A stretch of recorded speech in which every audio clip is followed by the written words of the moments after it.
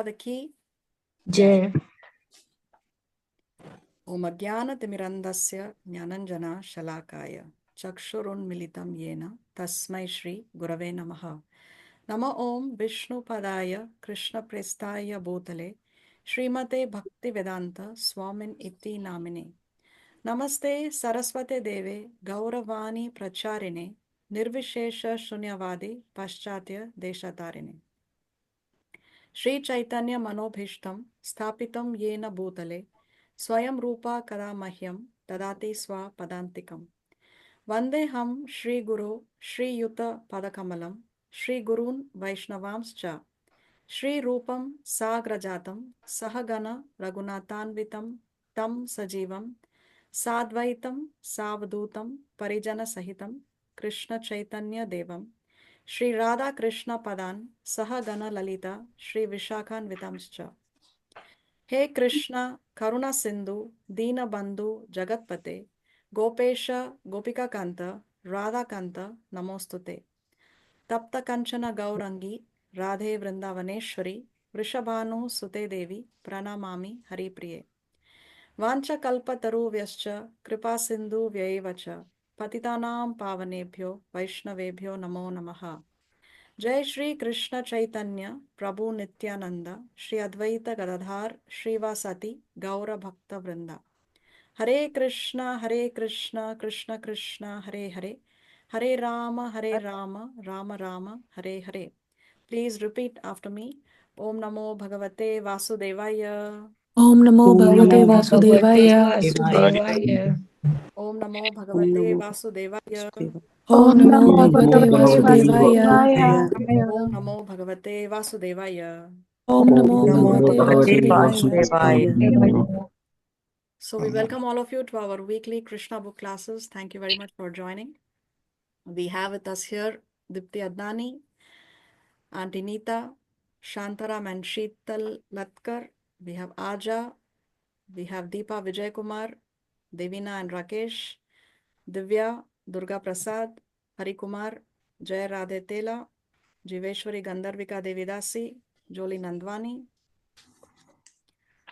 We have Kamala Nandini Devidasi Mataji, Anjali, Karuna, Jagrati, Makarena Tapia, Manju. Then we have Makeshwari Mataji, Meenakshi. Then we have MYU Satvika. We have Naresh Budrani, Nikita. We have PT Alamelu, Pavani, Shri Hari Radha Devidasi. Then my parents are there. We have Ranjit Das, Ritu Lalwani, Romi, Shailesh Latkar, Shivani, Shreya Kalaria, Swapna Latkar, Upasna. We have Venkatchari NC, Vidya Ashwin, and we have Vivansh. Okay. Hare Krishna, Maharaj.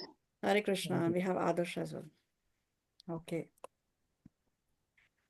So today, by the mercy of Sri Guru and Sri Krishna, we will be starting with chapter number 1 of the Krishna book.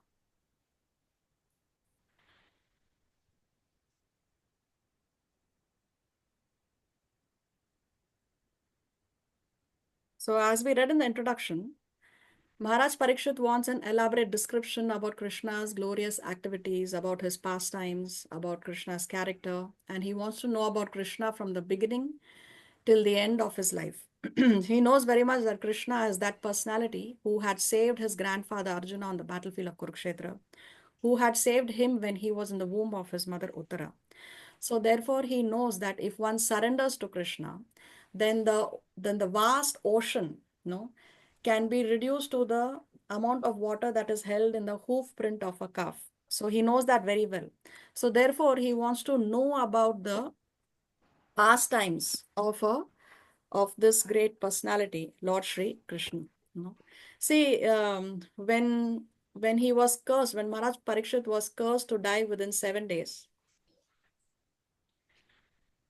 actually, the reason why he was cursed was because he was very thirsty and he wanted water, and he goes to this sage and he's asking for water. But This sage was in deep meditation, and Maharaj Parikshit thought that he's ignoring him, and then he put a dead snake around his neck.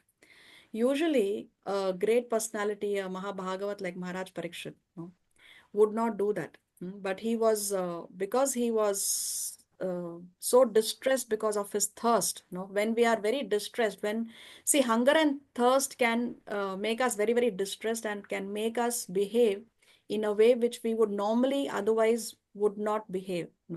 So like that, Maharaj Parikshit, because his thirst was so great, he did something that he would otherwise not do.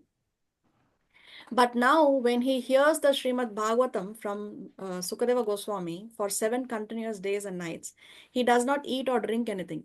So at that time, he is not hassled by that, by not eating or drinking anything for 7 continuous days. Why? Because he is drinking the nectar of Krishna Katha. No, he's drinking the nectar of Krishna Katha. That too, he's hearing from the lips of a pure devotee of such an elevated personality like Sukadeva Goswami. So you can imagine how sweet this Srimad Bhagavatam is. So he asks him many questions. Maharaj Parikshit asks Sukadeva Goswami many questions. He asks him, how come Balaram is Rohini Nandan as well as Devaki Nandan?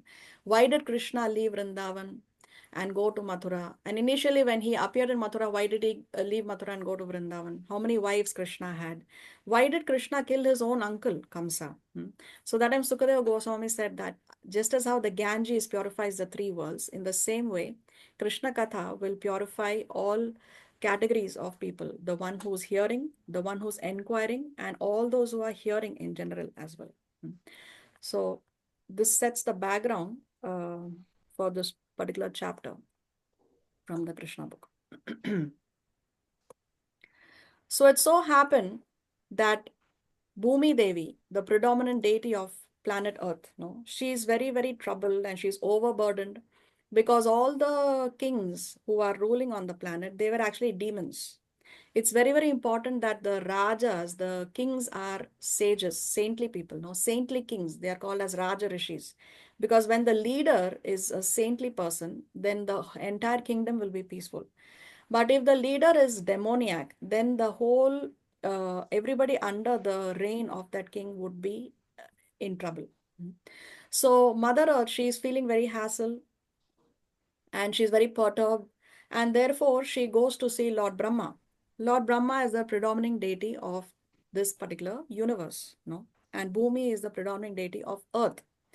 So she goes to Lord Brahma and she tells her what is her problem. She takes the form of a cow. She takes the form of a cow and she goes to Lord Brahma and with tears in her eyes.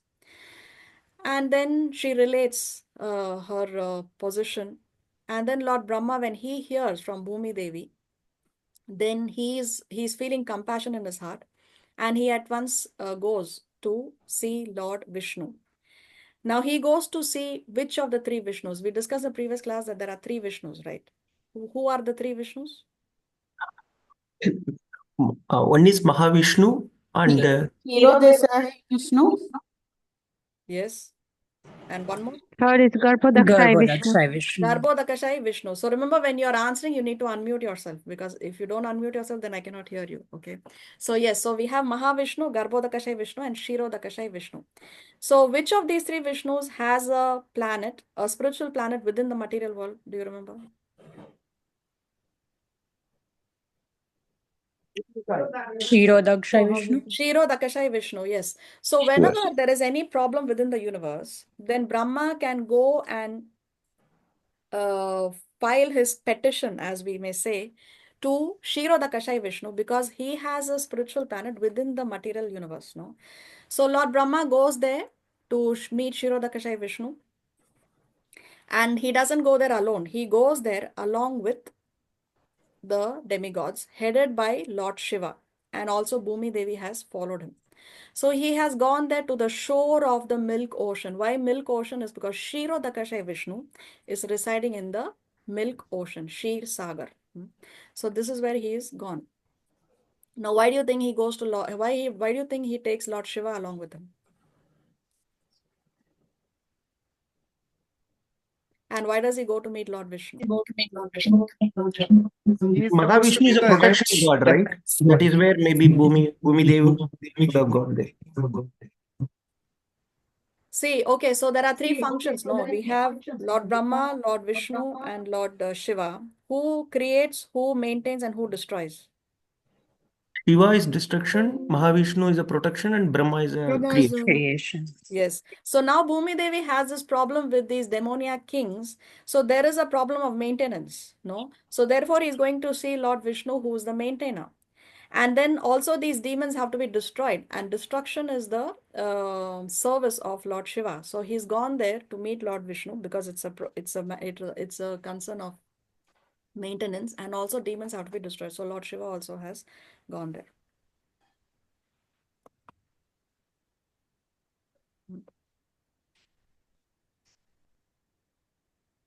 So see, you can see this. Our universe, we have seen this before also. How we have Garbhodakashayi Vishnu, and here Brahma is at the topmost planet within our universe.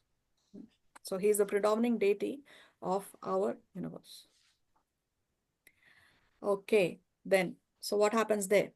So there they offer what is called as the Purusha Shukta prayers. Purusha Shukta prayers. So these are the standard prayers that are offered to the Lord. Okay, so here they are offering these standard prayers of worship, which are called as a Purusha Shukta prayers.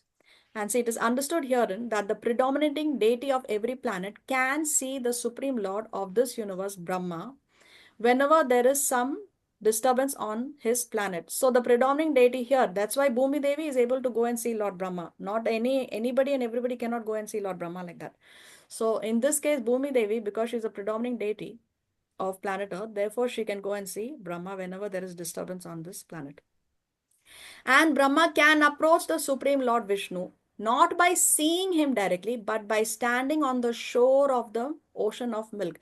So Lord Brahma, being the predominant deity of the universe, he can go and see Lord Vishnu, but he cannot see him directly.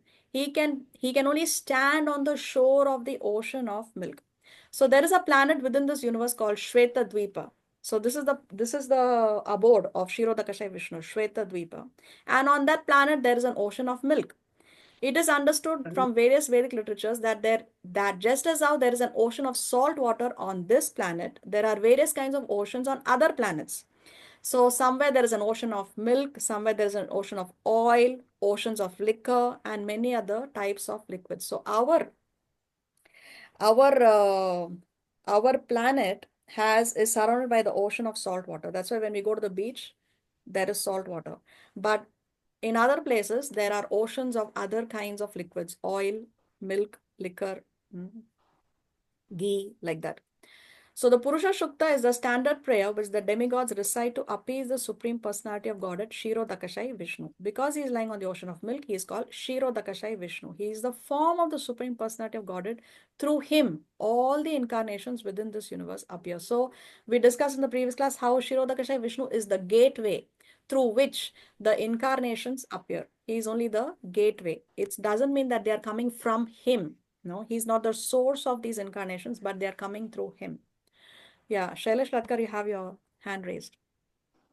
I have a question. Yes. Yes. See,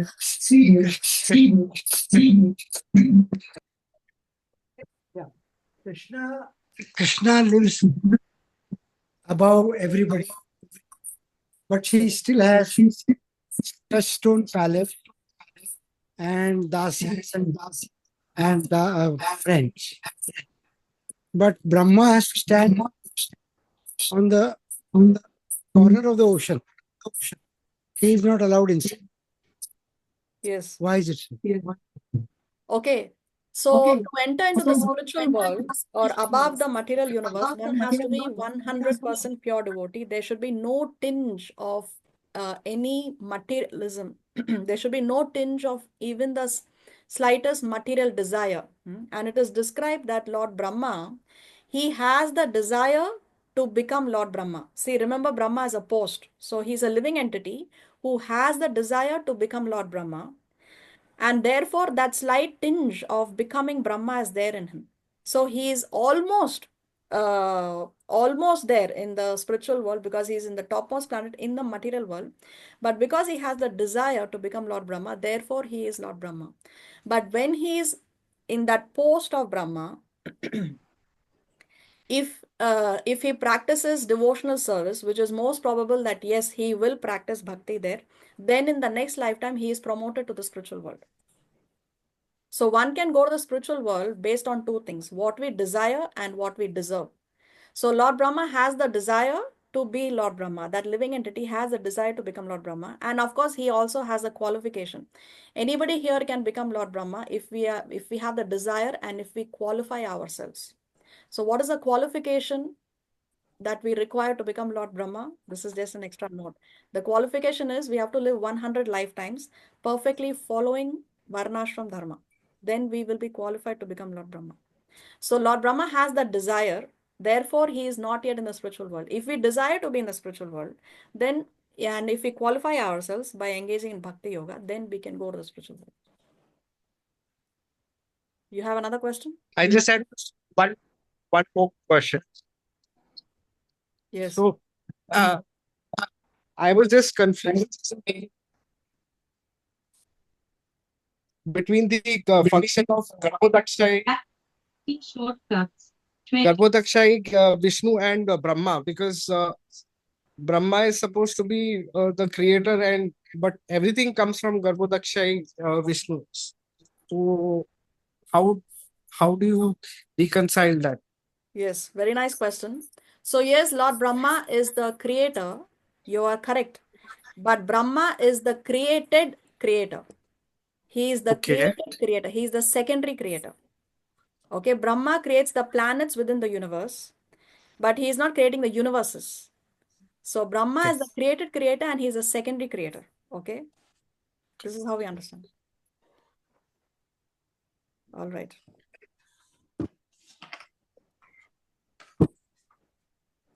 Okay, let's see next.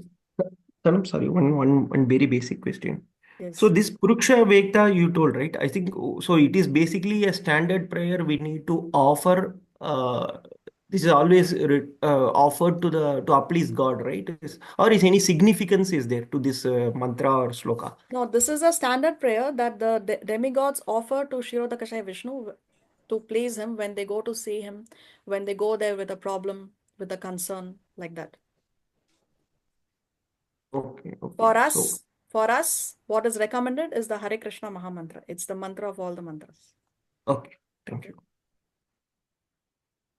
So you can see here how this is the ocean of milk, and the devatas are here on the shore of this milk, and they are petitioning to Kshirodakashayi Vishnu.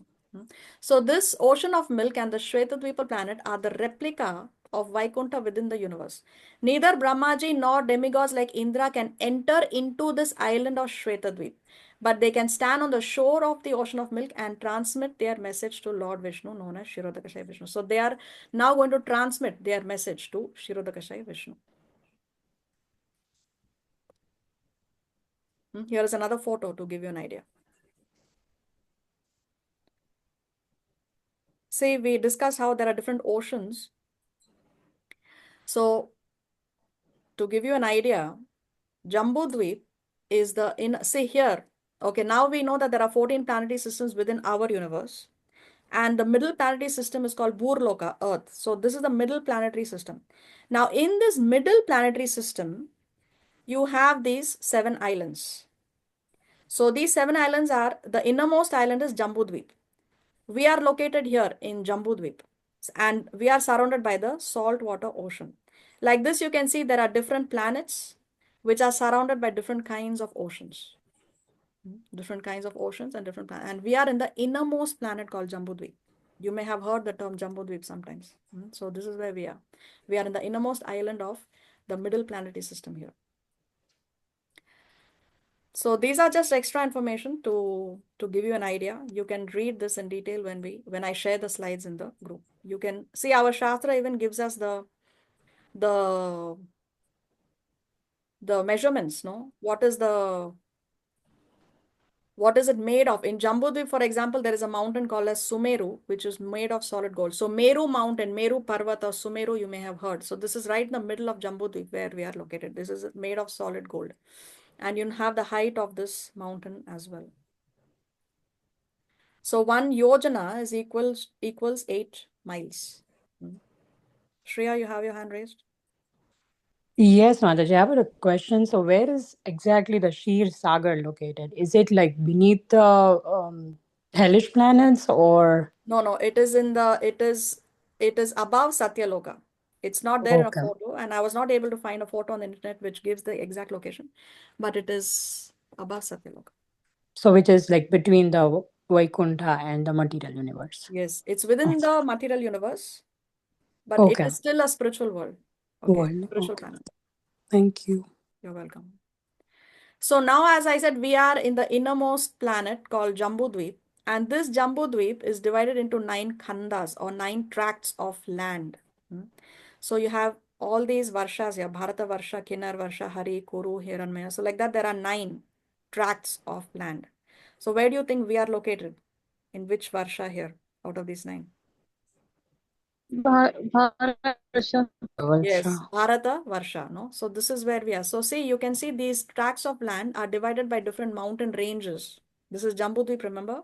The center of Jambudvip, you have this Sumeru, this mountain of solid gold, which is divided into 9 tracts of land, and they have these different mountain ranges. So here you can see Bharat Varsha is right here, and it is surrounded by the Himalayan mountain range. See, this is where we are located.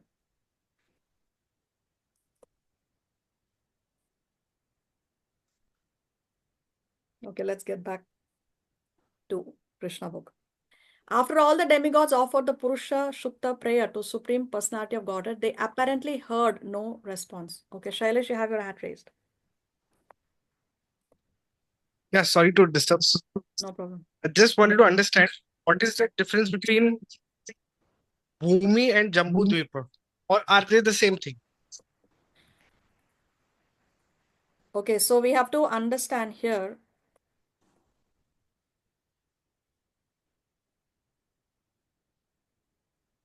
Earth in general, this term Earth is used to refer to Bhurloka, which is the middle planetary system. Okay, but this middle planetary system has all this, these islands and their oceans. That's what is included. This is why in our Shastras it is explained that previously the entire planet was actually Bharatvarsha. But because of the influence of Kali Yuga, it is reducing. Okay, so earthly, when we say earthly planetary system, it's an earthly planetary system which has all these. And we are here in Jambudvip, which comprises of all these tracts of land, and we are here Bharatvarsha. So when you say Bhumi, I don't know what you actually refer to. The Bhumi Devi, she approaches Yes, the entire the earthly planetary Lord system. Brahma. The entire earthly planetary system. Okay.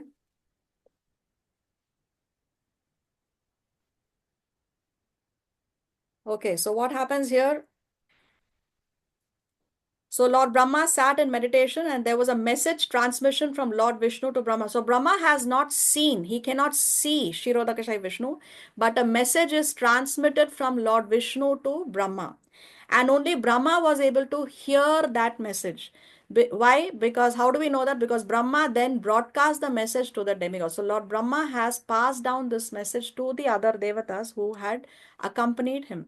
So this is the system of receiving Vedic knowledge. The Vedic knowledge is received first by Brahma from the Supreme Personality of Godhead through the medium of the heart. As stated in the Srimad Bhagavatam, Tene Brahma Hridaya Adi Kavaye. So even we discussed in the first class how all this knowledge at the dawn of creation was passed down from Krishna to Lord Brahma, and Brahma received it in his heart, and it was passed down through the sound vibration of Krishna's flute. So this is the way the message is passed down. And here also, Lord Brahma has received this message and he has broadcast it to the demigods. See, Only Brahma could understand the message transmitted by Lord Vishnu, and he broadcast it to the demigods for their immediate action. So, what is the message that he received? The message was this: the Supreme Personality of Godhead would appear on earth very soon, along with his supreme powerful potencies. And as long as he remained on the earth planet to execute his mission of annihilating the demons and establishing the devotees, the demigods should also remain there to assist him. They should all immediately take birth in the family of the Yadu dynasty, wherein the Lord would also appear in due course of time. So the Lord already knows that this problem is going on, that Bhumi Devi is hassled. There are demoniac kings on the planet. And he's saying that, yes, I will take birth very soon. But all you demigods, you have to take birth in the Yadu dynasty and assist him in the Leelas, assist him in the pastimes. The Supreme Personality of Godhead Krishna would appear as the son of Vasudev. Before his appearance, all the demigods, along with their wives, should appear in different pious families in the world just to assist the Lord in executing his mission. The exact word here is Tat Priyartham, which means the demigod should appear on the earth in order to please the Lord. So that is what we all living entities also should aim at. Now, whatever we do, our goal should be, I want to please the Lord. If we have a doubt, should I do this or should I not do this? You can ask yourself one question. Will this please the Lord? If the answer is yes, then go ahead and do it. If the answer is no, then we should not do it. In other words, any living entity who lives only to satisfy the Lord is a demigod. The demigods were further informed that Ananta, the plenary portion of Lord Krishna, who is maintaining the universal planets by extending his millions of hoods, would also appear on earth before Lord Krishna's appearance. So who is this personality? Ananta, who appeared before Krishna? Balaram. Balaram, yes, very nice. They were also informed that the external potency of Vishnu, Maya, with whom all the conditioned souls are enamored, would also appear by the order of Supreme Personality just to execute his purpose. So, who is this external potency of Vishnu, Maya, who appeared? Durga Devi. Durga Devi, yes, no, and she appeared to whom? Kansa? She Kamsa. appeared to Kṛṣṇa. No, she took birth where? As Yashoda's Yashoda. As Yashoda's daughter, yes. Yeah. Then she was interchanged, no? Okay. Then what happens? After instructing and pacifying all the demigods as well as Bhumi with sweet words, Lord Brahma, the father of all Prajapatis or progenitors of the universal population, because living entities, so Lord Brahma is called as the father of the living entities because the universe was populated because of his efforts, no? Departed for his own abode, the highest material planet called Brahma Loka. So Brahma Loka is the highest material planet, but beyond Brahma Loka, we have the spiritual world. So the leader of the Yadu dynasty, King Surasena, was ruling over the country known as Mathura, wherein lies the city of Mathura as well as the district known as Surasena, which was named after him. On account of the rule of the king Surasena, Mathura became the capital city of all the kings of the Yadu. So all the Yadu kings, they all had one common capital, that was Mathura. Why Mathura is so important is because Krishna chose Mathura to appear. No, he appears in Mathura. So Mathura is the place where Lord Krishna lives eternally. Eternally Krishna is residing. We may not be able to see him with material vision, but he is eternally residing in Mathura, just as how he also lives in Dwarka. After instructing and pacifying all the demigods as well as Bhumi with sweet words, Lord Brahma departed for his own abode. The leader of the Yadu dynasty, King Surasena, was ruling over Mathura. Vasudev, the son of Surasena, just after marrying Devaki, was going home on his chariot with his newly wedded wife. Kamsa, the son of Ugrasena, voluntarily took the reins of the horses of Vasudev's chariot and was driving. So now Devaki has got married to Vasudev. Vasudev is the son of Ugrasena. Surasena. Surasena. Vasudev is the son of Surasena and Kamsa is the son of? Ugrasena. Ugrasena. Yes, Kamsa is the son of Ugrasena. Vasudev is the son of Surasena. So anyway, Vasudev has got married to Devaki. And Devaki, now she is newly married. So Kamsa, who is her cousin brother actually, he takes on the reins of the chariot and he personally is driving the chariot to leave his beloved sister to her new home. Just as how it's the custom, no? When a girl gets married, then usually her brother will accompany her to her new house. So this is what Kamsa has done. Harikumar, you have raised your hand. So, son, basically, Surasena and King Ugrasena are both brothers, basically. That's what I understood, right? Surasena Surasena, and Ugrasena are brothers, right? no, Vasudev is a son of Surasena. Okay. So basically, Devaki's father name is Ugrasena then. No, Devaki's father name is a person called Devaka. Devaka, Okay. yeah, no. Vasudev is getting married to Devaki. They are two different families. Okay. No, because I thought Devaki and Kamsa are brothers and sisters, right? No, huh? Devaki and Cousins. Kamsa are cousins. Cousins. Okay. Yes, they are Okay. cousins. So basically, Devaki's Devaki's father's father name is and Devaka. okay. Devaka is the father of Devaki, and Kamsa is the cousin. But in the previous ages, cousins were also considered equal to your own brother only. So Kamsa is Okay. actually driving the chariot. Okay. Okay. So basically, Devaka and Ugrasena are both brothers then. Yes, that is correct. No, Kansa is a son of Ugrasena. Yes. Devaka and Ugrasena. All right, fine. Okay. Thank you. So now what happens? Once upon a time, Vasudev, the son of Surasena, just after marrying Devaki, was going home on his chariot with his newly wedded wife. The father of Devaki, known as Devaka, so here it comes. The father of Devaki, known as Devaka, had contributed a sufficient dowry because he was very affectionate toward his daughter. So he has given her many gifts for her wedding. He had contributed hundreds of chariots completely decorated with gold equipment. At that time, Kamsa, the son of Ugrasena, in order to please his sister Devaki, had voluntarily taken the reins of the horses of Vasudev's chariot and was driving. According to the custom of Vedic civilization, when a girl is married, the brother takes the sister and brother-in-law to their home. Because the newly married girl may feel too much separation from her father's family, the brother goes with her until she reaches her father-in-law's house. So the full dowry contributed by Devaka was as follows: 400 elephants, 15,000 horses, 1,800 chariots, 200 beautiful girls to follow the daughter. So this was a Kshatriya system. So, of course, they are kings, they are belonging to a royal family. So she was given a lot of gifts. While the bride and groom were passing along on the chariot, there were different kinds of musical instruments playing to indicate the auspicious moment. There were conch shells, bugles, drums, kettle drums combined together, and they were vibrating a nice concert. The procession was passing very pleasingly, and Kamsa was driving the chariot when suddenly there was a miraculous sound vibrated from the sky, which especially announced to Kamsa, Kamsa, you are such a fool. You are driving the chariot of your sister and your brother-in-law, but you do not know that the eighth child of this sister will kill you. So just imagine, they are newly married. The girl is going to a new home, and suddenly there is a voice in the sky that says, Kamsa, the eighth child of this sister will kill you. So is it specified whether this child will be a boy or a girl? Is there any specification? Boy. No. No. No, there is no, only the thing is they are only telling him that the eighth child, Eighth child. the Sanskrit, if you read the Sanskrit, it says Ashtamo Garbha. Ashtamo Garbha means the eighth pregnancy. But there is no clarity. Kamsa has not given any clarity whether this child will be a male or a female child. So, now let's see what happens next.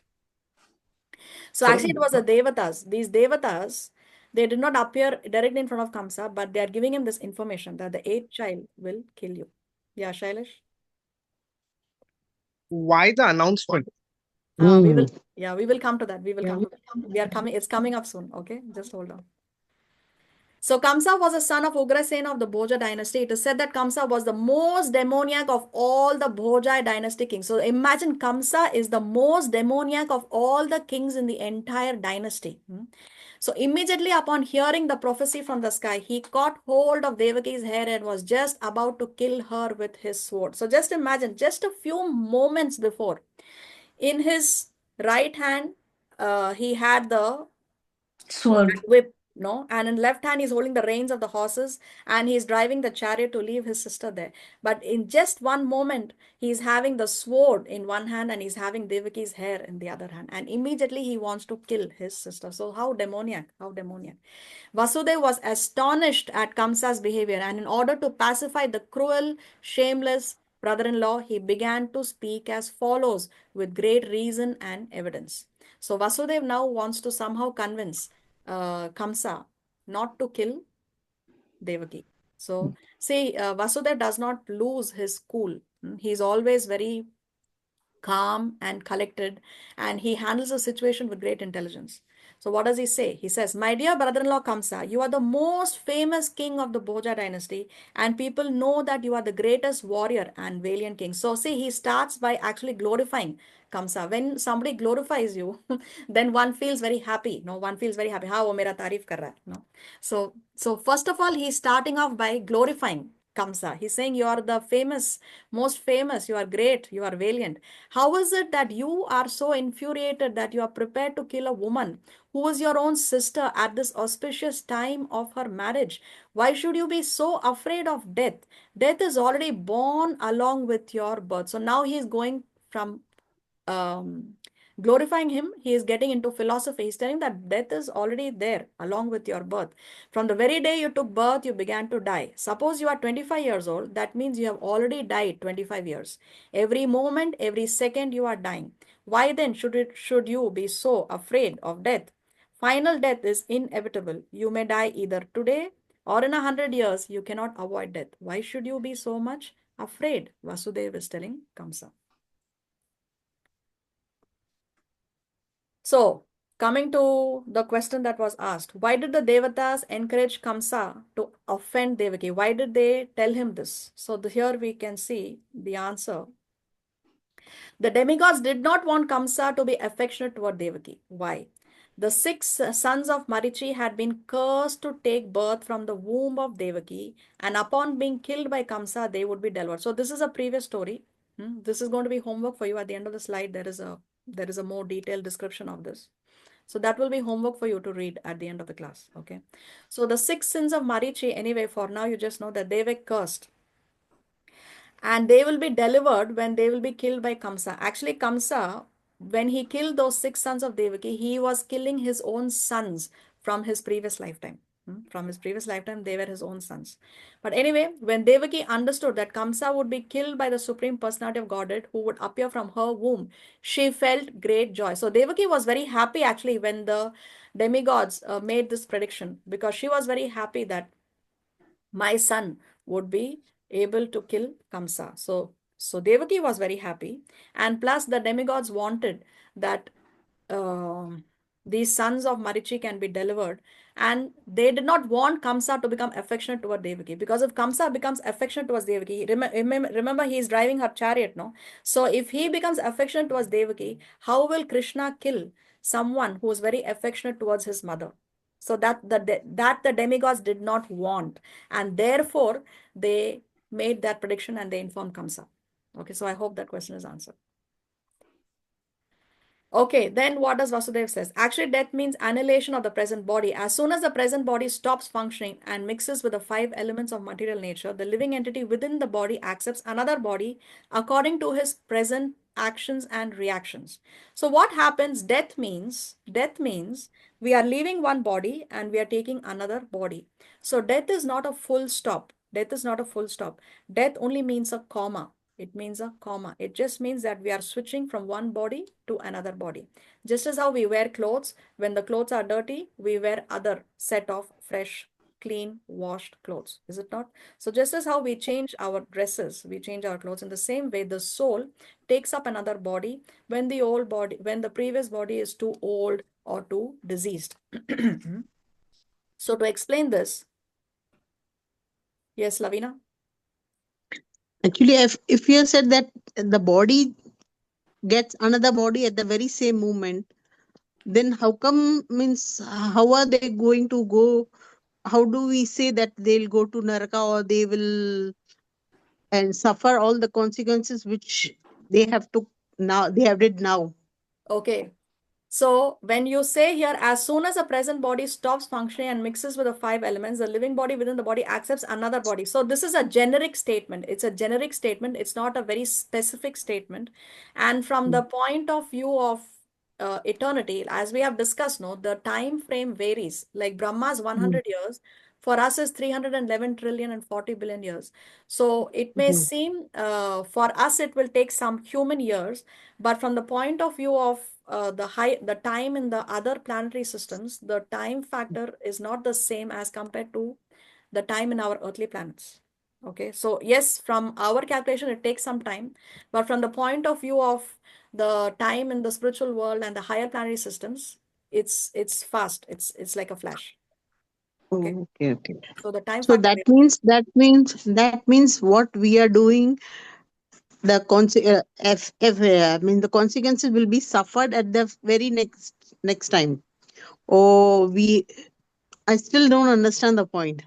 Means we have to suffer first. We have to go to Naraka or all these things, or See, when the living entity dies, hmm, either the soul is taken by the Yamadutas or by the Vishnu yes, Dutas.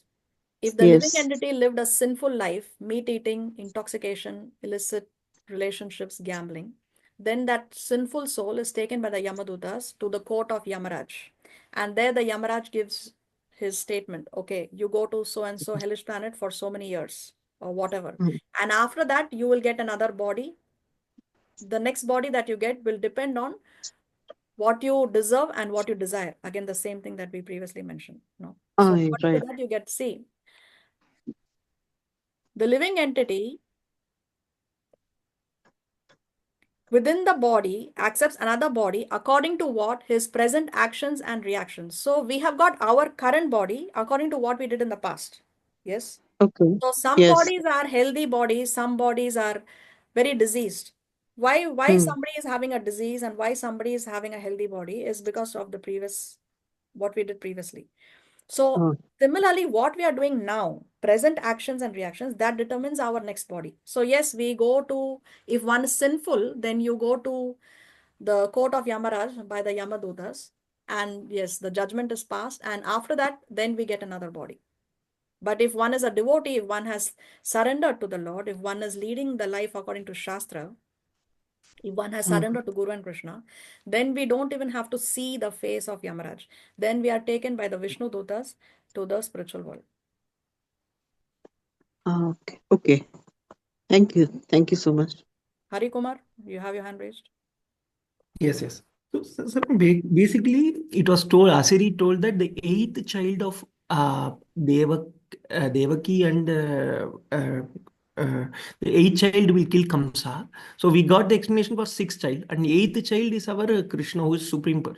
What is there any logic for the seventh child, or it's Seventh is anywhere explained? Balaram. Seventh is Balaram. Okay, okay. So Balram, okay, thank you. Okay. So just to explain how the living entity is changing from one body to another body, two examples Vasudev is giving us. What does he say? It is just like when a man walks on the street, he puts forward his foot. And when he is confident that his foot is situated on solid ground, he lifts the other foot. And then another example is that just as how the plant worms change from one twig to another twig so carefully. So like that, the living entity is moving from one body to another body. So these two examples are given to understand this. So as long as a living entity is conditioned within this material world, he must take a material body. So as long as we are conditioned, we have material desires, we are engaging in materialistic activities, we have to take material bodies. But if we go to the spiritual world, then we have what is called as a spiritual body. So what's the difference between a material body and a spiritual body? Material body has to go through birth, death, disease, and old age. Nobody likes to grow old. Nobody likes to get a disease. But old age and disease is forced upon us. Nobody likes to die, but death is forced upon us. Similar, but in the spiritual world, the spiritual body is not subject to birth, death, disease, and old age. There, everything is eternal. Satchit Ananda. Everything is eternal, full of knowledge, and blissful. No anxieties in the spiritual world. His next particular body is offered by the laws of nature according to the actions and reactions of this life. Then Vasudev says, this body is exactly like one of the bodies which we see in the dreams. No? So see here, I'll just summarize this. Just as how when we are dreaming, we may see different bodies in the dreams, but when we wake up, mostly we forget what we saw in the dream. In the same way, when we take another body, then we don't remember our past body. Now, we don't remember what we were in the previous lifetime, what kind of body we had in the previous lifetime. No? There are some rare cases, some exceptional cases where by the grace of the Lord, a few people may be able to remember their past lives. But general rule, most of the human population, no, we do not remember what we were in the previous lifetime. So this Vasudeva is telling, comes out. The nature of the mind is flickering. Sometimes it accepts something and immediately it rejects the same thing. Accepting and rejecting is the process of the mind in contact with the 5 objects of sense gratification: form, taste, smell, sound, and touch. In this speculative way, the mind comes in touch with the objects of the sense gratification, and when the living entity desires a particular type of body, he gets it. So see, when the mind, for example, comes in touch with form, so sometimes a man or a woman may see somebody from the opposite gender and may get attracted. No. So then there is a desire for him to engage in some sense gratificatory activities. The man and the woman may want to enjoy with each other, or taste. So the mind may come in contact with something that's very delicious, meat, no, some kind of meat. And then you want to enjoy that meat. So like that, the mind comes in touch with the objects of sense gratification. So then he develops the desire, and then according to what he desires, he gets a body. So for example, if somebody loves to eat meat, in the next lifetime, he'll get the body of a lion or a tiger. He will not get a human body. Because if you're getting a human body and you're engaging in activities that a lion and tiger does, then why do you want this precious human body? Get a body of a tiger and then eat as much meat as you want. No, like that. So you get the body according to what you deserve and what you desire. Therefore, the body is an offering by the laws of material nature. The living entity accepts a body and comes out again into the material world to enjoy or suffer according to the construction of the body. So, according to the kind of body we get, only we can enjoy or we can suffer. No? For example, if somebody has the body of a hog, then what is that hog going to enjoy? The hog enjoys eating stool. No, but actually that is a very obnoxious activity. But because he has the body of a hog, he's enjoying according to the body he has got. Unless we have a particular type of body, we cannot enjoy or suffer according to our mental proclivities inherited from the previous life.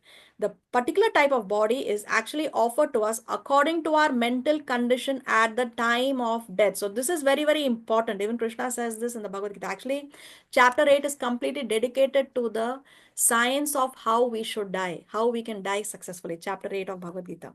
So what is our mental condition at the time of death? That determines our next body. What is our consciousness at the time of death? That determines our destination. So one may say, okay, very easy. At the time of death, I will remember Krishna. What's the big deal? Let me enjoy, let me do all kinds of nonsense. And then I will remember Krishna at the time of death. But it's not so easy, because what you do throughout your lifetime is what comes to your mind at the time of death. That's what comes to your mind. It's just like how a student prepares for his final exam. If the student studies throughout the year, then he will be able to do well in his final exam. But if he's going to study a day before the exam, he's not going to be able to do well in his exam. No. So our entire life is a preparation for our final exam, which is death. So that which is on our mind, no, that which is in our consciousness is going to determine our next lifetime. Yes, Kavita, you have raised your hand. Just one question.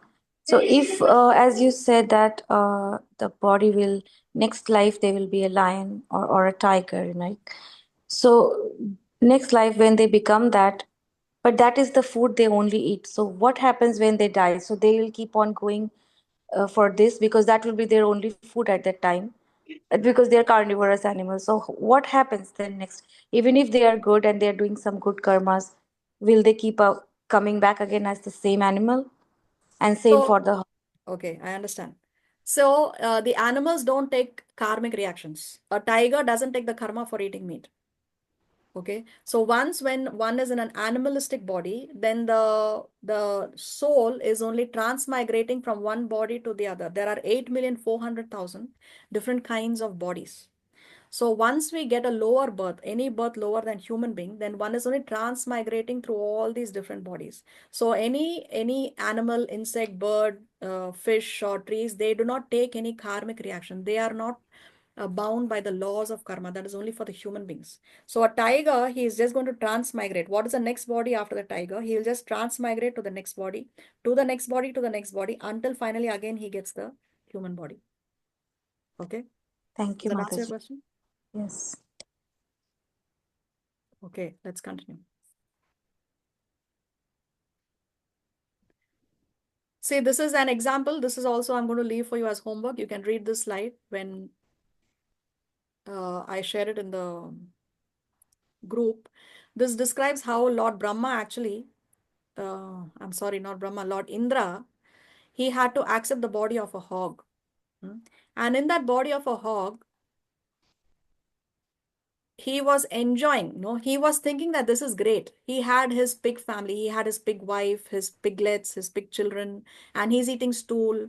And even when the period of the curse ended and he had to go back as Indra, as the king of heaven, he told Lord Brahma that, no, I don't want to go anywhere. I'm very happy and satisfied in my life. So although, imagine he's Indra, he's the king of heaven, and now he's eating stool in the body of the hog. So he's thinking that this is great. So this is the point that we are trying to make, that we are conditioned by the kind of body we have. We are conditioned by the kind of body we have. We enjoy or suffer according to the kind of body we have. So even Indra, he forgot in that body of a hog that, hey, I'm the king of heaven. And what am I eating stool and what am I doing over here?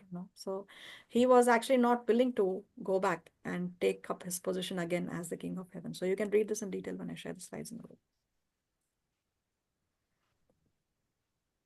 Okay, we need to prevent these marks on the screen, please. I don't know who's doing it. Please refrain from that. How do I get rid of it?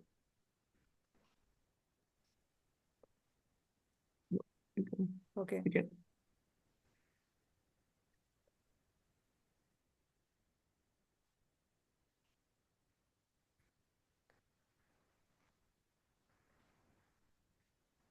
Vasudev thus requested Kamsa not to be envious of his newly married sister. One should not be envious of anyone, because envy is the cause of fear both in this world and the next, where one is before Yamaraj, the lord of punishment after death. Vasudev appealed to Kamsa on behalf of Devaki, stating that she is his younger sister. He also appealed at an auspicious moment at the time of marriage.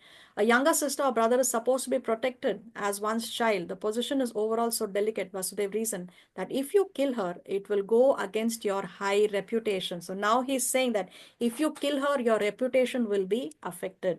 People will criticize you.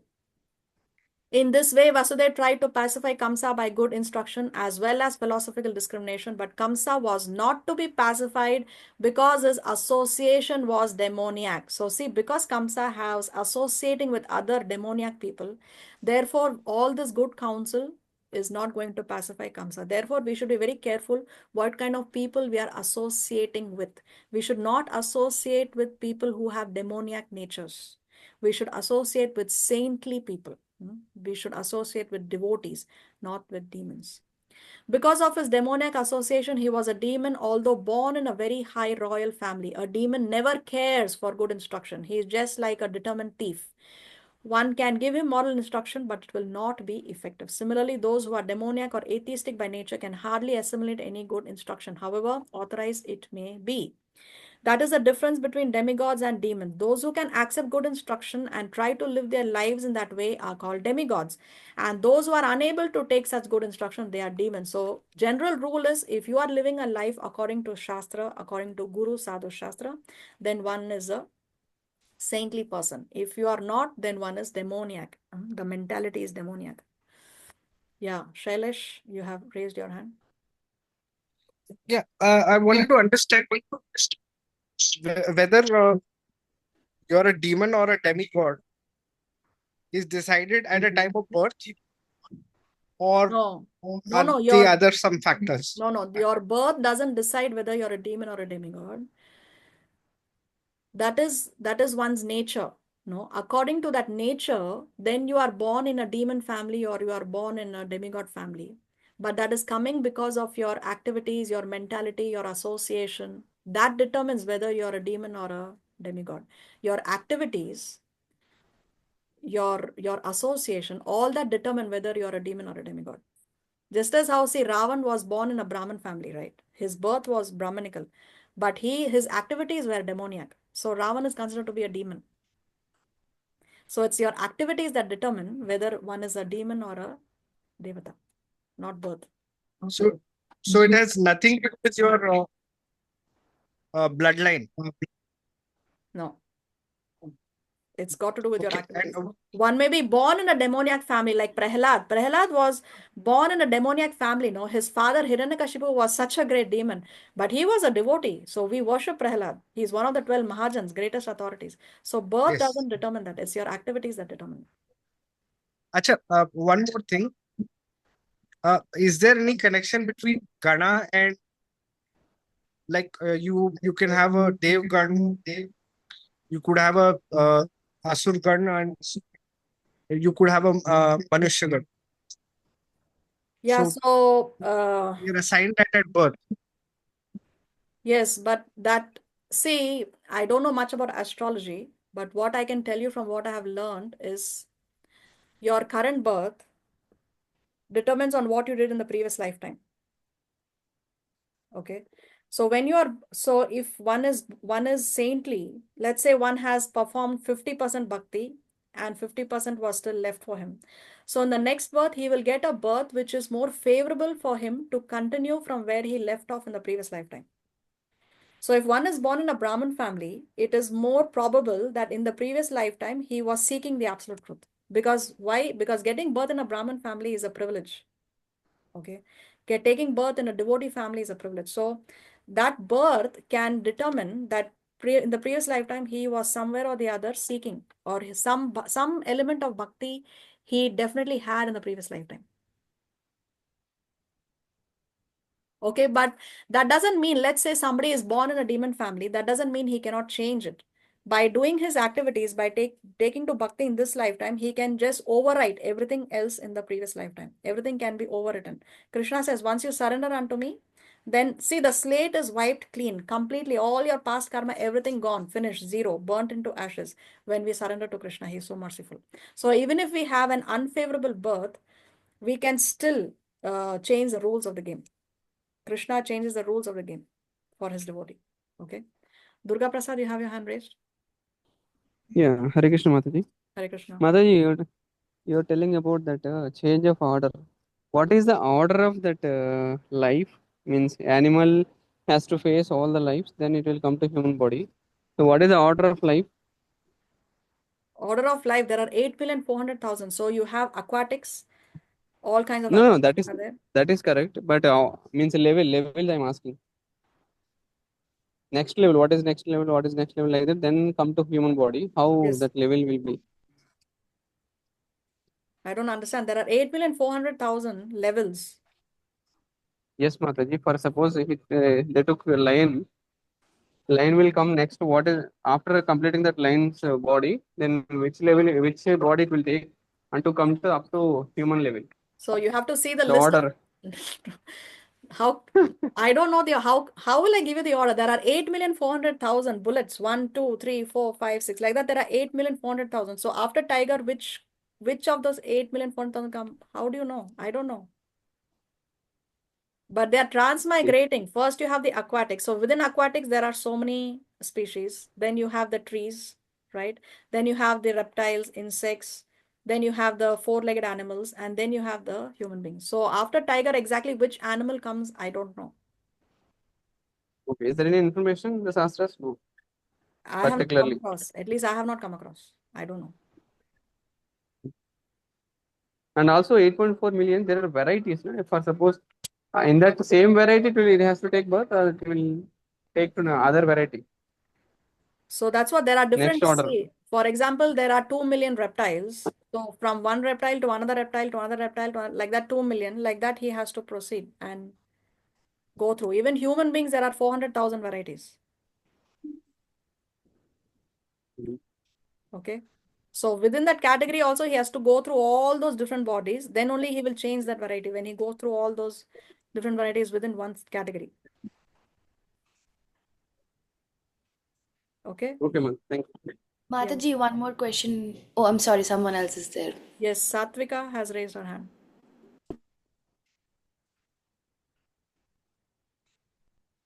Are you there? Yes, I want to.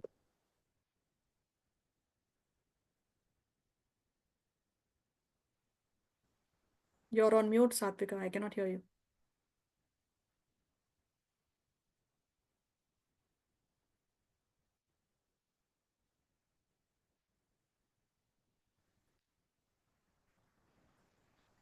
Satvika, you're on mute. Can I ask a question? Yeah, one second. We are waiting for Satvika. Then comes Okay. Jagrati, and then comes you, Lavina. Okay, Jagrati, you Okay, can no. go ahead because I think we lost Satvika. Hare Krishna Mataji, thank you so much. Can you tell about the varieties of humankinds? I think this is the first time I'm hearing about it. Yeah, so you have to remember that our universe is only one out of millions of universes.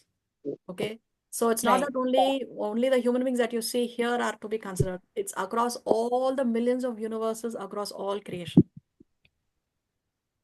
So there are different varieties of human beings across all these different universes. But all the information that we have in Srimad Bhagavatam, for example, Vyasadeva has described pertaining to our universe. This is what we know. So in our universe, we all are the same kind. Is that what you're saying? Yeah, if you have to say we are all Homo sapiens, then yes, we are all Homo sapiens. But yeah, I think I'll stop at that. I don't want to go ahead. Okay. Thank you very much, Mataji. Hare Krishna. Hare Krishna. Okay, Satvika, can you speak now? Yeah, do you hear me? Yes, I can hear you. Yeah.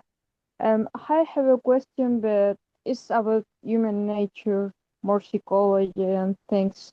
Why why do people keep pushing on understanding Krishna even if there's no devotees, and all of these people questioning why Krishna is the supreme, and why when that kind of people don't understand, when they under eating meat, gambling, having sex without marriage, and intoxicating the body constantly, even perhaps you say to that people that it's bad for their health, and on even in that just health, just more for a consciousness state for elevators, and just engages for our real home that we know is not the earth.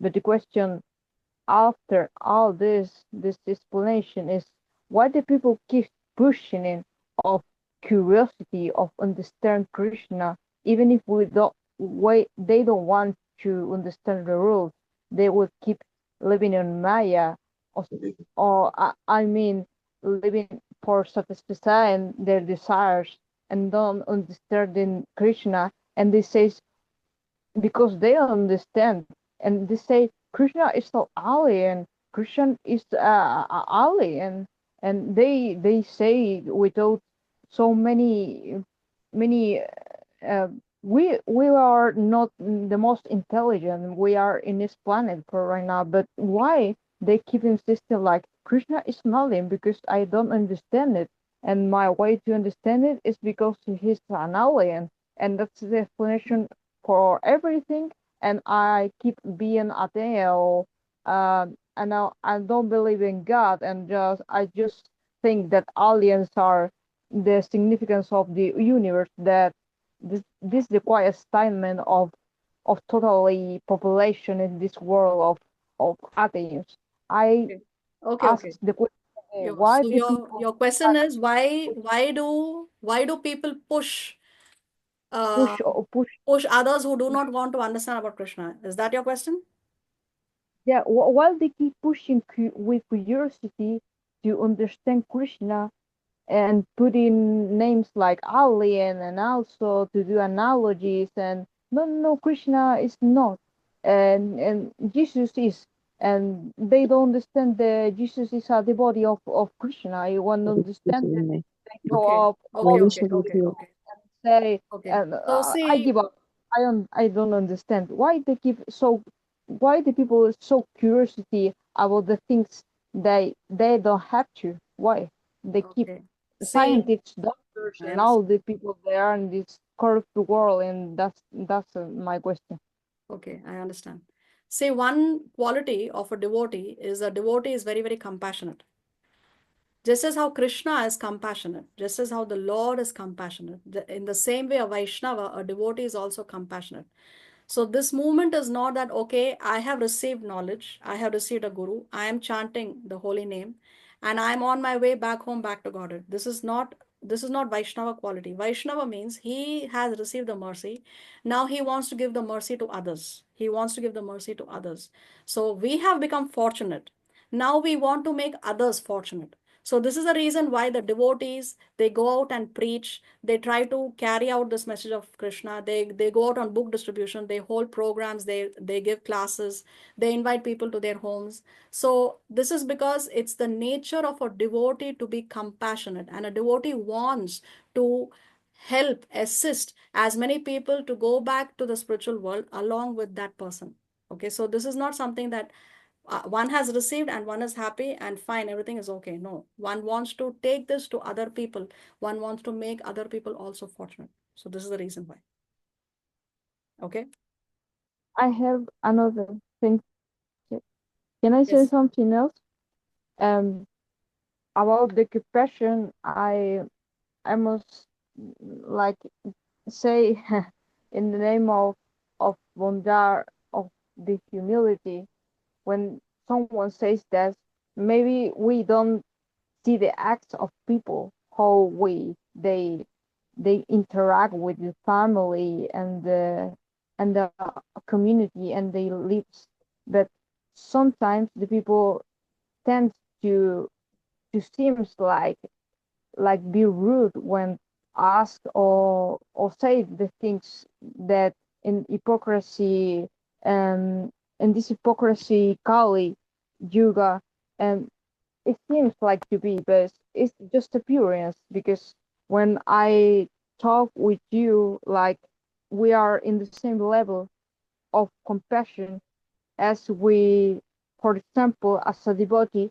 and bhakta, um, I always tend to saw everything like rude explanation, rude questions, but rude is just appearance, because the heart is so soft of love, because the compassion is so pure. If we were not humility and we were not um, doing this by love, would really just shake up and make like assure us um yelling at everyone like, you are doing very bad. Better I live in other place, maybe I go to the mountains and goodbye. But we are so blessed of have this consciousness that we do not part of with partners or with grandmothers or fathers. We keep pushing on love because we know that Krishna put a materially father and mother for a reason. And for a reason we are in this moment right now, in this present, in this in this in this location, in this state of consciousness. And that's so important to understand your inner strength, inner knowledge, inner inner Okay, love Mataji, I'm must. sorry, but we don't have so much time. If I would appreciate it very much if you can please condense your question and ask it in short, or you can type it in the chat, because we don't have so much time and we need to complete the chapter. So the questions need to be short and crisp, please, I request. Okay. um yeah, okay. Please, So condense your question, and I prefer you write it in the chat, and then we can answer it at the end of the class. okay. Okay, thank you. Lavina?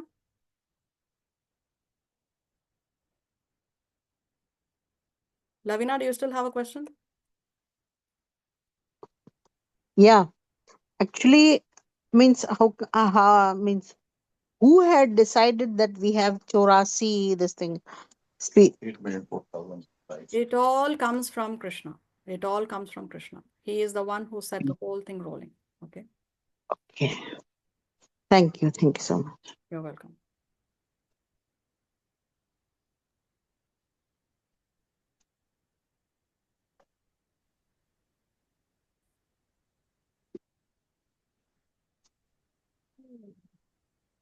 Failing in his attempt to pacify Kamsa, Vasudeva wondered how he would protect his wife Devaki. When there is an imminent danger, an intelligent person should try to avoid the dangerous position as far as possible.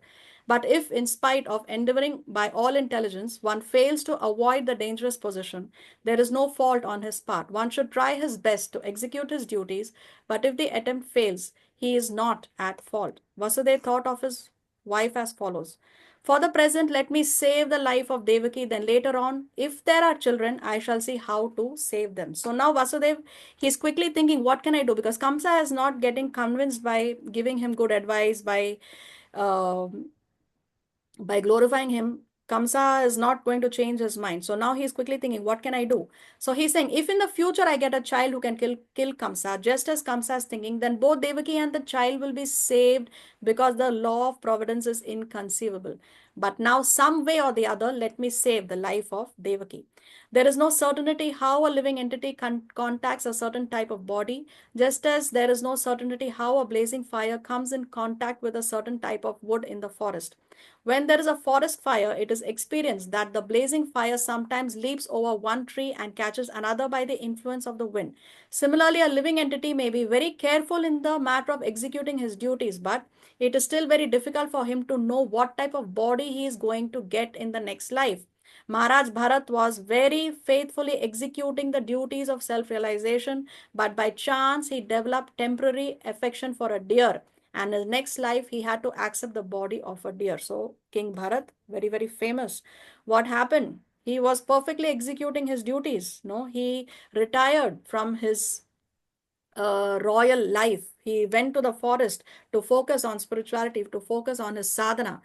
But what happens once he was by the riverside and he saw a pregnant deer? She gave birth to her child. She heard the roaring of an, see, here is the story. She heard the roaring of a, what was that? Let's see here. Of a lion. So she heard the roaring of a lion and she became very frightened and she gave birth to a calf. And then the mother died immediately. So Bharat Maharaj sees that, oh, there is this newly born deer, and he took the deer under his shelter. And it so happened that he raised the deer in the forest. And then the problem was when he was doing his sadhana, that his concentration was diverted and he was thinking about the deer. So this deer entered into his consciousness. This deer was on the mind of Bharat Maharaj 24/7. And even at the time of death, he was thinking, who's going to take care of the deer after I die? So what happened in the next life? Because the deer was on his consciousness, in the next life he got the body of a deer. He got the body of a deer. So we have to be very, very careful what is entering our consciousness. There's nothing wrong in him giving protection to this deer. But what went wrong was when that thought of the deer was interfering with his own personal sadhana. That we cannot afford. We cannot afford anything to come in the way of our own personal sadhana. So we have to be careful. Mataji, can I ask you a question? It's a small question about Jar Bharat. About who? Jar Bharat, the story that you're saying. Okay. If he hadn't done that, would his devotional service go on continued? Like if he hadn't seen if he had ignored and if he didn't help and if he didn't get attached and he continued to do his devotional service, would it be sinful on his part if he had seen the calf in the water and the tiger and he had ignored everything and he continued to chant Krishna's name? His fault, he should not ignore. We don't have, when there is someone who needs help, yes, we should help the person. We have to help the person. But don't help the person at the cost of your own personal sadhana. That's the point here. Not at the cost of your own personal sadhana. Now, in order to help somebody else, if I am not chanting my 16 rounds, then there is a problem. As long as I'm chanting my 16 rounds and following the 4 regular principles and performing my own prescribed duties towards my family, then if I'm trying to help someone or I'm trying to engage in preaching seva or any other seva, then it's okay. See, even when you're on the airplane, what do they say? When the oxygen level drops, you have the mask, you first wear the mask yourself. and then you help anybody else to wear the mask. So first you Mataji, save yourself. let me rephrase my question. Is it okay? Is it sinful? If I get it, you don't have to be attached, but is it sinful just to ignore the entire scenario and just continue to do your bhakti? No, Would yes, it it be is. It sinful? is. Yes, it is. Because a Vaishnava has to be compassionate. Again, a quality of a Vaishnava is that he is very compassionate. So, as far as possible, we have to help the other living entities. Compassion is an important quality of a Vaishnava. How can we ignore someone? The helping doesn't come with just distribution of prasadam and harinam and books, and Yeah, so that's not like. you help as much as you can. That's the exact same thing. You help as much as you can. You cannot ignore. You said ignore. You cannot ignore. You help as much as you can. You do as much as you can. Do what you can. Okay? Okay. Vasudeva, after deliberating on how to save his wife, began to speak to Kamsa with great respect, although Kamsa was a most sinful man. So see, even though Kamsa is the most sinful, and Vasudeva is actually a very, very elevated personality, now he has to speak to him with great respect. So sometimes circumstances can make one go through such situations as well. That is the way of all diplomatic transactions. Although Vasudeva was deeply aggrieved, he smiled outwardly. He addressed the shameless Kamsa in that way because he was so atrocious. Vasudeva said to Kamsa, "My dear brother-in-law, please consider that you have no danger from your sister. You are awaiting some danger because you have heard a prophetic voice in the sky. But the danger is to come from the sons of your sister who are not present now. And who knows, there may or may not be sons in the future. Considering all this, you are safe for the present, nor is there cause of fear from your sister. If there are any sons born of her, I promise that I shall present all of them to you for necessary action." So Vasudeva is saying, I will present all my children. If there are any children born, I will bring my children to you, and you can do what you want with those children. So this is the final attempt that Vasudeva is making to be able to convince Kamsa. So see, Chanakya Niti says that there are 4 ways to make someone do a task. What is that? Sam, Dam, Dand, and Bhed. Durga Prasad, you raised your hand. Ma'am, that is sorry, not ma'am. Mataji, that Ashtama eighth Garbha, that is eighth child. It is not mentioned man or boy like that you told. But now how come he is telling again about boy? Even that is there, na? Seventh child, he see girl, but he will kill like that. Yes, so the voice in the sky only said Ashtagarbha, but Vasudeva is assuming that there are sons. So he is assuming this. Okay.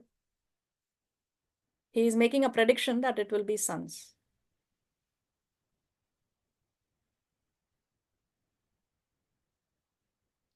Okay. Okay, Mataji, please continue. Okay, so Chanakya Niti says that there are 4 ways to make someone do a task. Sam, Dam, Dand, and Bhed.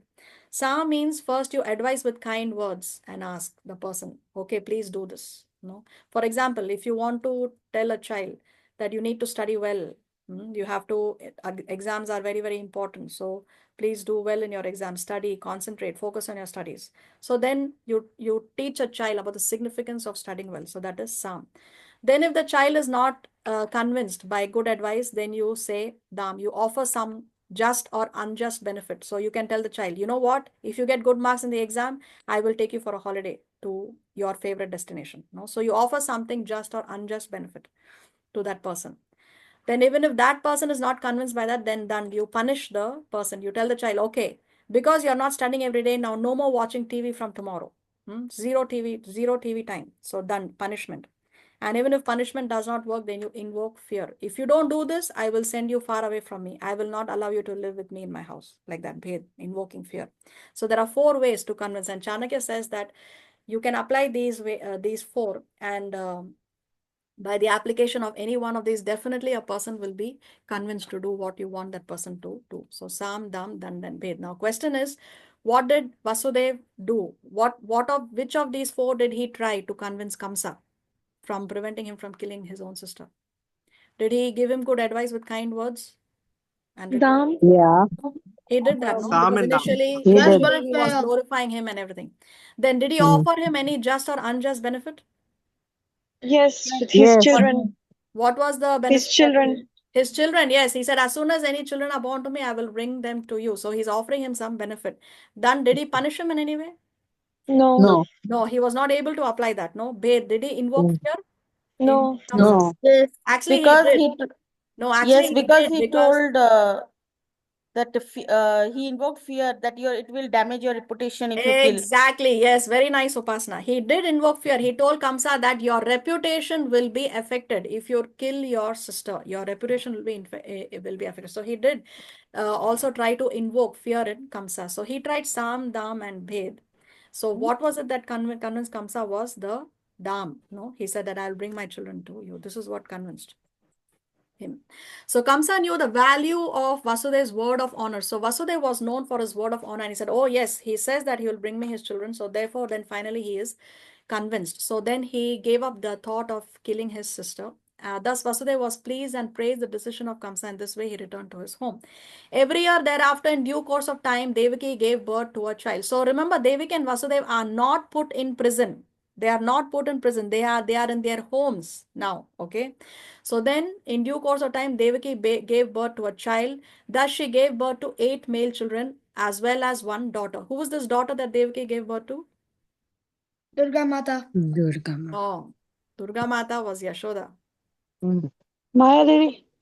Yogmaya. Vishnumaya. Subhadra is the sister of Krishna and Balaram. Subhadra. Okay, so that Subhadra was born from Devaki. So anyway, she gave birth to 8 male children as well as 1 daughter. When the first son was born, Vasudev kept his word of honor and immediately brought the child before Kamsa. It is said that Vasudev was very much elevated and famous for his word of honor, and he wanted to maintain his fame. Although it was very painful for Vasudev to hand over the newly born child, Kamsa was very glad to receive him, but he became a little compassionate with the behavior of Vasudev. This event is very exemplary. For a great soul like Vasudev, there is nothing considered to be painful in the course of discharging one's duty. A learned person like Vasudev carries out his duties without hesitation. On the other hand, a demon like Kamsa never hesitates in committing any abominable action. It is said, therefore, that a saintly person can tolerate all kinds of miserable conditions of life. A learned man can discharge his duties without awaiting favorable circumstances. A heinous man like Kamsa can act in any sinful way, and a devotee can sacrifice everything to satisfy the Supreme Personality of Godhead. So, Vasudev has kept his word of honor. The first child is born to him. He takes the child to Kamsa.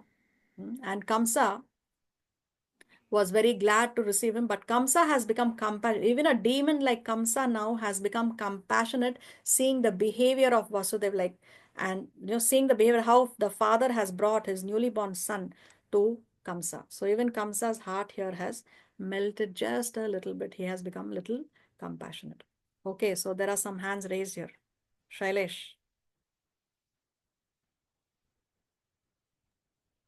Just wanted to know, would it affect the karma of Vasudeva that he submitted his children, Kamsa? I mean, he knows that they will be slaughtered. So see, we must always understand that there is something called time, place, and circumstances.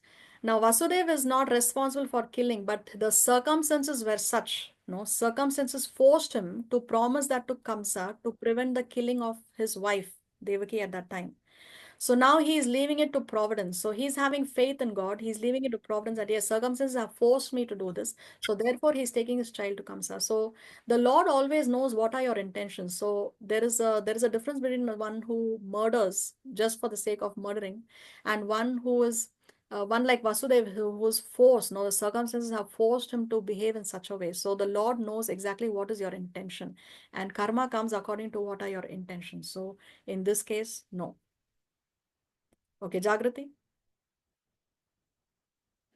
Mataji, I thought Shubhadra herself is Yogmaya. Isn't Yes, that? she is. Yes, she is. Yes, she Then, is. so once Kamsa tried to kill her, she vanished. And where did No, she no, you're go? confusing. That is no. What Kamsa, the personality whom Kamsa saw was Mahamaya. That personality is different. Subhadra was born after they had come out of jail. This is much later Subhadra was born. You're Oh, okay. confusing between the two stories. So That's after different. Krishna releases Devaki and Vasudev from the prison, then Subhadra is Yes, born. yes, yes, yes. Okay. Okay. Durga Thank Prasad. Mataji, it is already known that If they give child, it will be he will kill. But why they give birth to childs? They may simply not give birth to them. Yeah, because see, there is a prediction in the sky that your eighth child will kill Kamsa. So as devotees, Vasudeva and Devaki know that this is the Lord's plan, and we have been chosen to be a part of this plan of the Lord. So devotee will always go with the plan of the Lord, not create a hindrance in the plan of the Lord. That's why. Okay. Yeah, that is why Devaki was joyful when she know that she's going to give birth to the Lord. Exactly, yes. So they know that they are the chosen one. The Lord is going to take birth from her womb. So how auspicious is that? So why will they not have children? Because they want to have children and they want to assist the Lord in his pastimes. They want to assist in the plan of the Lord. By not having children, they will only create a hindrance in the plan of the Lord. And that a devotee does not do. Okay? Hari Kumar. Yeah. Yeah, thank you. So basically, they know that Kamsa is going to kill their first seven kids. So how they protected the seventh kid? Because Balaram was alive, right? So we So will that's see, my that's coming up. That's yeah. Krishna book Okay, is coming up with that story. Okay. So fine, yes. fine, fine. Yeah. Okay, then the second is about the what I understood is the first six. Some slides before you told that the first six were the sons of Marisi or Marisi, I think, right?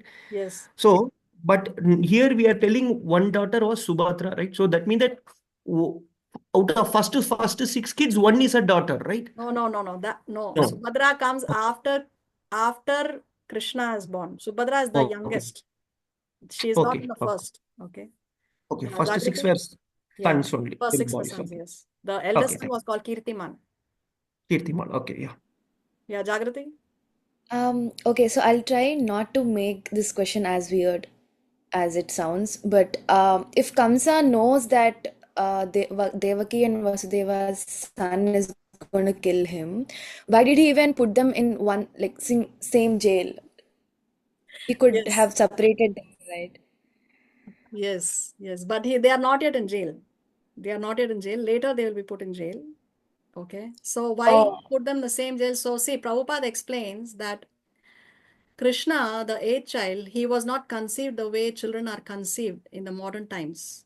Actually, he was transferred from the mind of Vasudeva to the heart of Devaki and then to the womb of Devaki. That's how Krishna was conceived.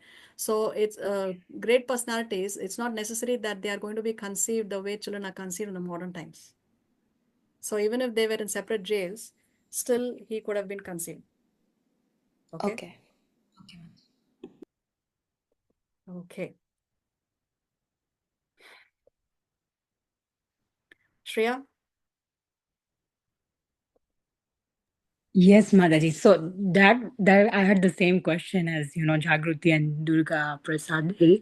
So, but then that what you said was for the eighth child, right? But not for the other seven. That they were conceived like normally only. So why to put them No, we together? don't know whether they were conceived normal. That is not written. That is not mentioned. So we cannot assume that they were conceived normally. We don't know. It is mentioned how Krishna was conceived, but how the other were conceived is not mentioned. So we cannot assume. We cannot speculate. That's not allowed. Oh, okay. So Okay. it could be like the way you explained Could too. have, must have, would have. We are not allowed to speculate. You just take the knowledge, Shastra as it is. That's all. Okay, thank Okay. you. Yeah. Kamsa became satisfied with the action of Vasudeva. He was surprised to see Vasudeva keeping Oh Lord, one second. Keeping his promise and became compassionate upon him and pleased. He began to speak as follows. My dear Vasudev, you need not present this child to me. I am not in danger from this child. I have heard that the eighth child born of you and Devaki will kill me. Why should I accept this child unnecessarily? You can take him back. So Kamsa is telling Vasudev that you can take this child back. I don't want this child. I am only in danger of the eighth child.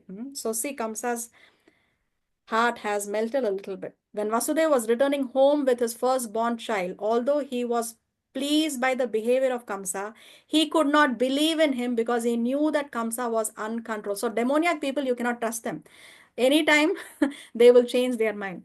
An atheistic person cannot be firm in his word of honor. One who cannot control the senses cannot be steady in their determination. The great politician Chanakya Pandit said, Never put your trust in a diplomat or a woman.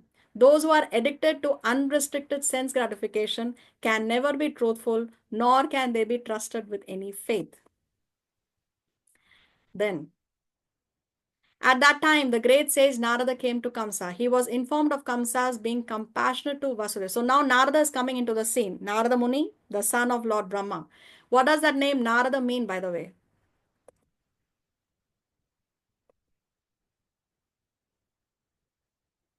What does that name Narada mean?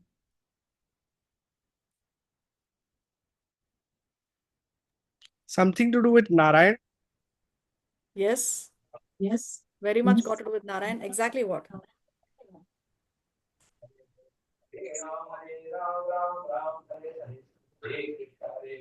See, Whose Nar, words are not never Nar good. means, Nar stands for Narayan and Da means give. So Narada Muni is that personality who gives Narayan, who gives the law to the others. Because Narada Muni is empowered to preach. No, Narada Muni is empowered to preach. He has many, many stalwart disciples like Prahlad, like Vyasadev, like Dhruv Maharaj. No, like Mrigari the hunter. He changed the heart of Mrigari the hunter. So like that, Narada Muni is expert preacher. He's our transcendental spaceman. He can move across the different planetary systems. He can move anywhere in the universe, and everywhere he goes around preaching. He goes around preaching the glories of the Lord. So Narada Muni is actually very, very exalted personality. He is also one of the 12 Mahajans, one of the 12 authorities on the science of God. So Narada Muni is actually mostly very badly depicted in movies and other TV shows. They show him as somebody who's a gossip monger and stuff like that, but that is very, very incorrect. No, very, very incorrect. He's very, very exalted, and he's empowered to preach. He's empowered to give Narayan, give the Lord to the others. Therefore, he is called as Narada. Durga Prasad, you have raised your hand.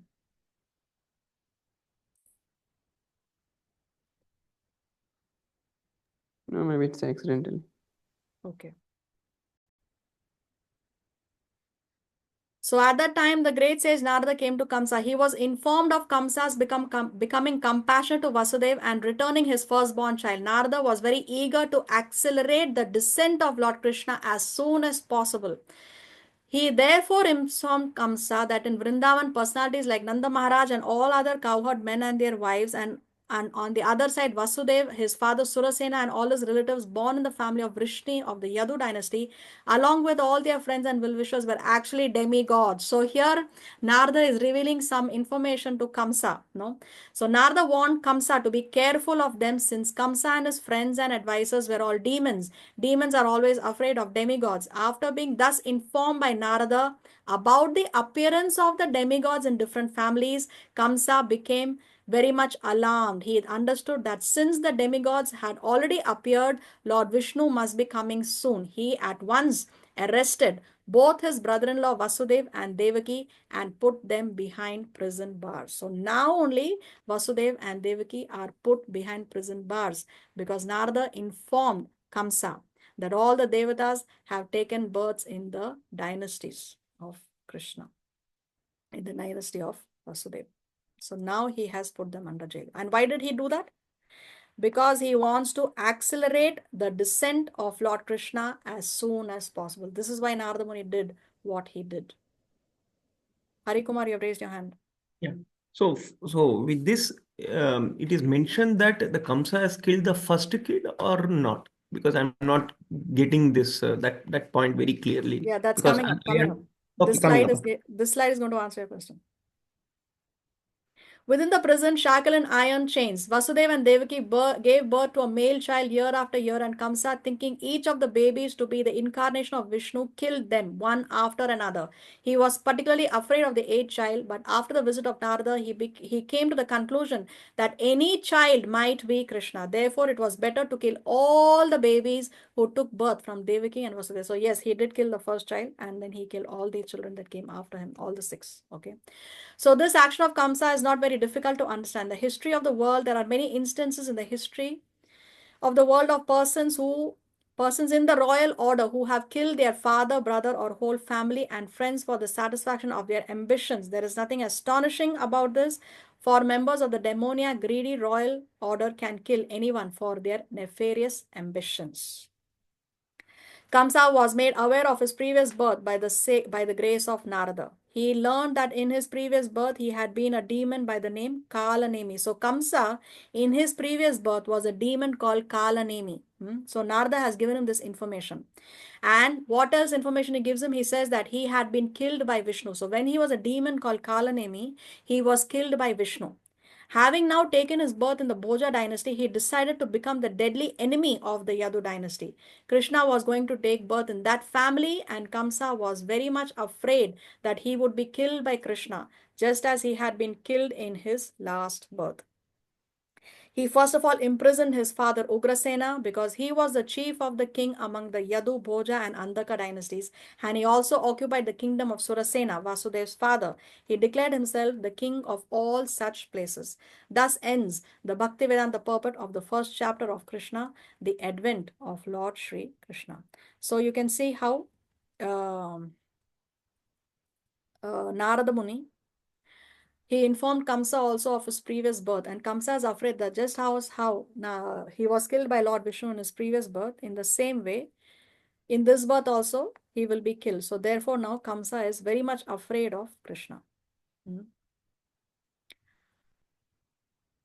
See, one thing but we can understand as devotees, one lesson that we can learn from this is, Narada Muni, by informing Kamsa, he got what he wanted. No, Narada Muni wanted Kamsa to react in that particular way, and that's what Kamsa did. That's what Kamsa did, because by imprisoning Vasudeva and Devaki, he is speeding up the process for Krishna's descent. So he got the reaction that he wanted from Kamsa. But Kamsa, he could have reacted differently. He could have understood this in a different way. He could have understood from Narada, okay, I had a previous life, so previously I was there. Then, of course, death happened, but now I'm existing again. So he could have understood that the soul does not die. No, only the body died, but now again he continues to exist in this other new body. So he could have understood that birth and death is only for the body, it's not for the soul. As the soul, I continue to exist. No, a devotee would have thought like that. And he could have also thought that, okay, so Vishnu, God, is more powerful than me. He was able to defeat me in the previous lifetime. So definitely in this lifetime also he will be able to defeat me because he is God. Who can defeat God? No. But Kamsa, because he has demoniac mentality, he did not understand it in the right sense. No. Ideally, he should have understood Narada's message in a different way and reacted differently. But that he did not do, and he gave Narada the reaction that Narada wanted from him. But as a devotee, we understand that he could have interpreted this in a different way. Anyway, here you have details about Kamsa's previous birth. You can read this when I share the slides in the group. This is homework for you. And then there are other reasons. No, Vishwanath Chakravarti Thakur, he's an acharya in our disciplic succession, and he gives more reasons. He gives actually 9 reasons why Narada Muni did what he did. Why did he inform Kamsa about the previous birth? Why did he inform Kamsa that all these devatas have already taken birth in the Yadu dynasty? So there are 9 different reasons that our acharya gives us. This also you can read when I share the slides in the group. So with that, by the mercy of Guru and Krishna, we come to the end of today's presentation. Srila Prabhupada ki jai. Jai. Okay, we have some hands raised. Naresh? Hare Krishna Mataji. There's a question. Vasudeva was a Kshatriya. Your voice So, has not. Wait, there is a lot of background noise. I am not able to hear you clearly. Vasudeva was a Kshatriya, right? Yes. Yeah, so he could have also fought with Kamsa at that time to save his wife. Why did he not fight Kamsa? Yeah, see, that time Vasudev is not with weapons. Vasudev is not, he's just got married, and all those, Kamsa is far more powerful. He's far more powerful than Vasudev at that point of time. So Vasudev used his intelligence and he convinced Kamsa to not kill Devaki. Okay, so that time he knows that Kamsa is a far more powerful, far more formidable Kshatriya than he himself is. Okay. Okay, thank you, Mataji. You're welcome. Ranjit?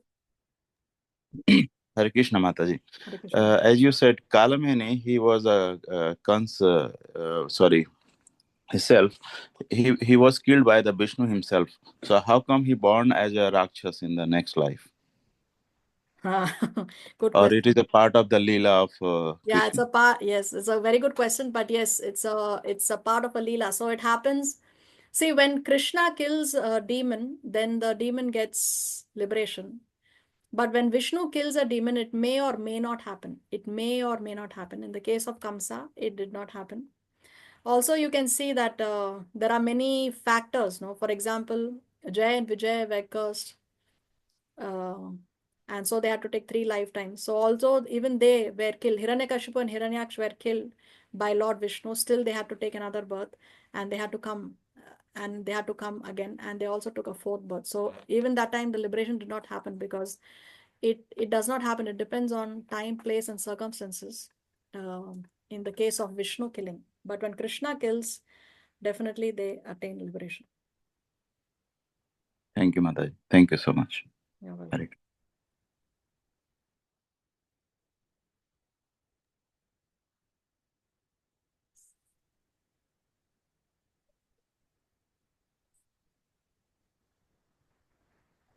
Okay. So let me share the exam link. 1 second. Hare So Krishna Mataji, can I ask you something before the exam? yes. Can you tell all the names of the Vishnus? The Garbhodaya Vishnu? Okay. So you have Mahavishnu, also known as Karano Dakashai Vishnu. Shridasai Vishnu. Then you have Garbo Dakashai Vishnu. And then you have Shiro Dakashai Vishnu. And which Vishnu is that Brahmaji goes to? Shiro Dakashai Vishnu. Sure. And that's also known as a Vishnu that's in the ocean of milk, right? Yes, yes, yes. And also, can you please tell the names one more time of the Kansa's father and the name of the Kansa's father and I know Devki's father was Surasen. Surasen. Father was Deva. Deva. And the other one, Vasudev. Surasen, I think Sura something. Yeah, that is correct. Surasen. Thank you, Hare Krishna. Hare Krishna. Okay, are we ready for the exam now? Yes. So those who don't take exam this week, the same exam will be given next week, right? But you already attended the class and there is no reason why you will not take the exam this week. It's not for you. Is it a different exam? If you are attending the class today, you have to take the exam today. Ah, really? Yes. I also thought that I can attend, means You give the can exam attend the other next week. class, but exam you submit now. But Okay. what if we get some wrong? So maybe next we can hear again the class and then take the exam next. No, you cannot take the exam 2 times. The exam is only once. So the one time One we'll take chance. next week. But you already heard the class, right? But heard the class, but not so well, because No, of that's the some. whole thing. That's the whole thing. You have to hear the class attentively and then you give the exam. If you're not able to attend the class, then you have the opportunity to hear the recording on Saturday and then give the class. This is the reason why I don't share the recording in the group before the Saturday's batch can hear. That's the whole point. Okay. Yeah, no problem. Yes, thank you. No. Okay. Now I'm going to put the thing on the chat. The link is here. Your time. Hello. Can I have one question? Okay. Yes. Yeah, my question is, that means for salvation, there are 2 ways. One is love Krishna and be adopted by him or get killed by Krishna, then also you get a salvation, right? Yes, but a devotee does not only want salvation, a devotee wants to love God. So higher than liberation is love of God. So Kamsa also thought of Krishna 24/7, but in an unfavorable way, in an unfavorable way. We want to love Krishna, we want to get Krishna in a favorable way, in a favorable way. So it's better to love Krishna and get salvation and develop love for Krishna than rather be a demon who gets killed by Krishna. Also, there are different kinds of liberation. There are 5 kinds of liberation. The demons, they get the liberation where they are merged into the Brahma Jyoti. So when they are just merged in the Brahma Jyoti, they just exist. They are not actively engaging in Krishna Seva. But a devotee, when he gets salvation, he is actively serving, rendering service to Krishna, which is more sweet, more nectarian. No, so salvation for a demon is different from salvation of a devotee because there are different kinds of liberation. Okay. Does that answer your question? Yes. Okay. I got it. Thank you. All right. So your clock is ticking.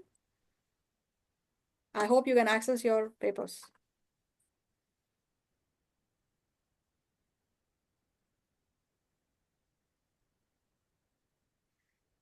And as you finish your submission, you can exit the Zoom. I take leave from you. Thank you very much for joining. Vancha kalpataruvyascha kripa sindhu vyayevacha Hare Hare patitanam Krishna. pavanebhyo vaishnavebhyo namo namaha. Srila Prabhupada ki jai, Granth Srimad Bhagavatam. Jai. Jai. Thank you, Mataji. Thank We are you. submitted. Thank Okay, you. thank you. Hare Krishna. I don't see any test. It's there in the chat. I looked in the chat. I don't see that. Okay, let me share it again. 1 second. Thank you, Mataji. You're welcome. Okay, I share it again. Can you see it now? I do. Thank you.